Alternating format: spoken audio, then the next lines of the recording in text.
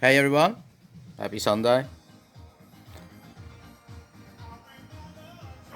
Been feeling a bit nostalgic today.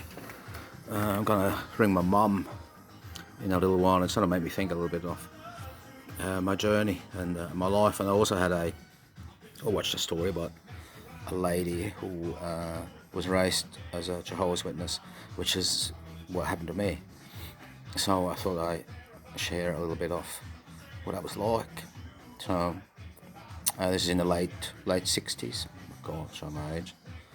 And I had two sisters, obviously my mum and dad, and the Jovies sort of snuck in from my mother's side. My dad really thought it was a bit weird, but he loved my mum, so I went along with it.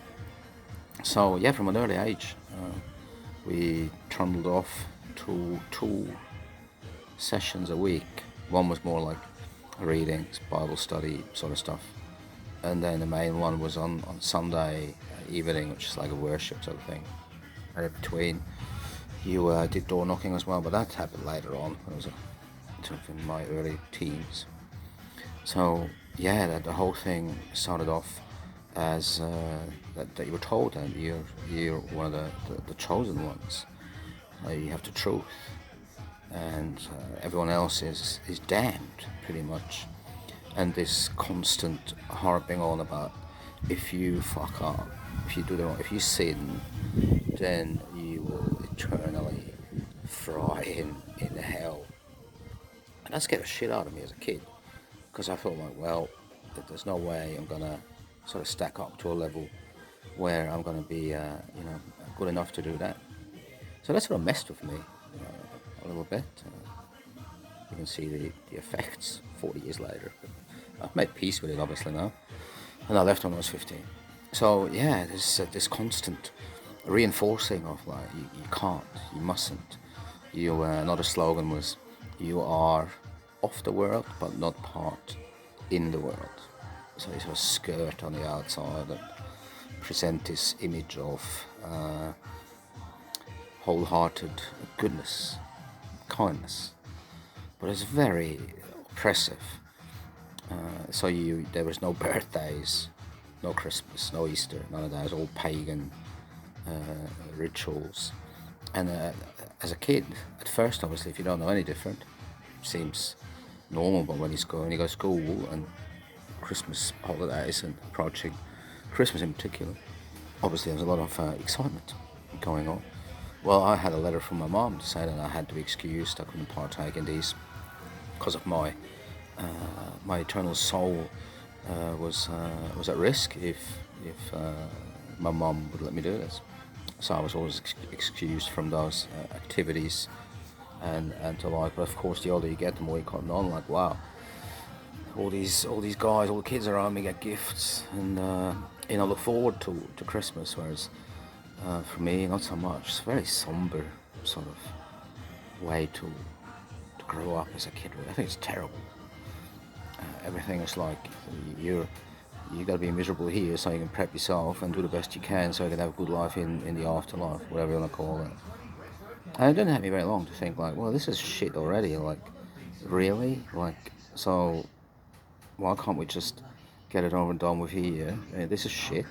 And then trundle off into the beautiful afterlife where you play with lions and stuff. And even as a young person, I was like, that's pretty fucked up. What, really? That seems far-fetched.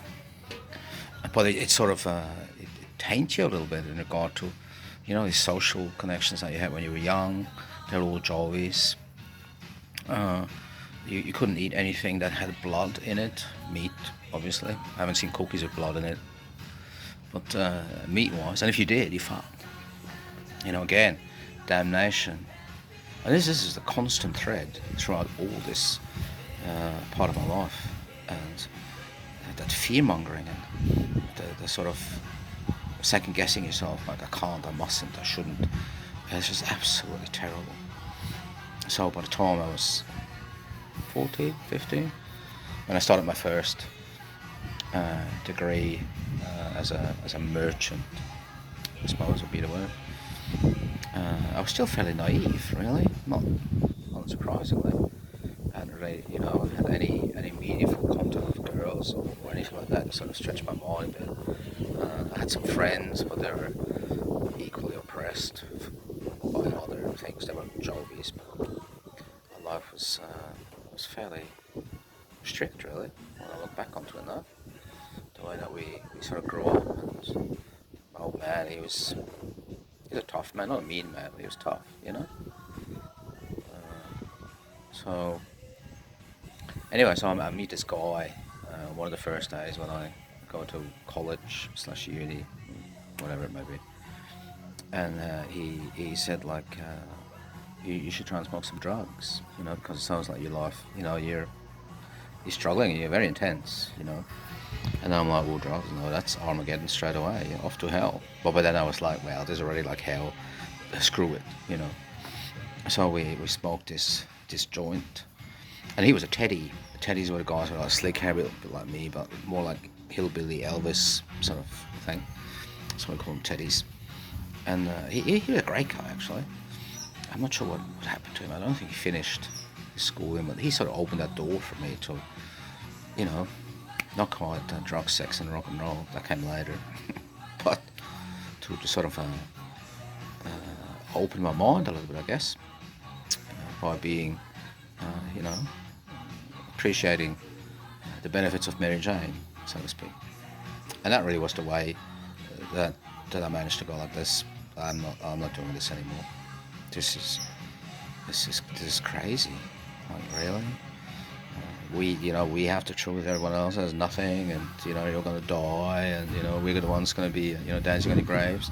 Not quite, but and it's all run by 7 old dudes in America, like in the 70s, like old farts who have no idea, and they just have small dicks and hang on to their power with oppression. And it's not dissimilar to the Scientologists, really, the way they keep a tight grip on their congregation and reinforce the need to be compliant at any stage.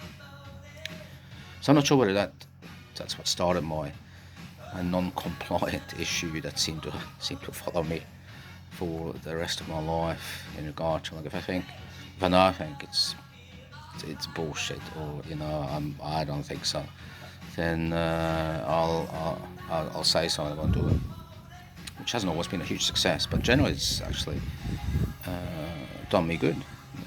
I fared well with that sort of attitude of not falling back into just believing what the majority says. Don't have a TV now and all that sort of stuff, so anyway, just a snippet. Alright, till next time. Bye.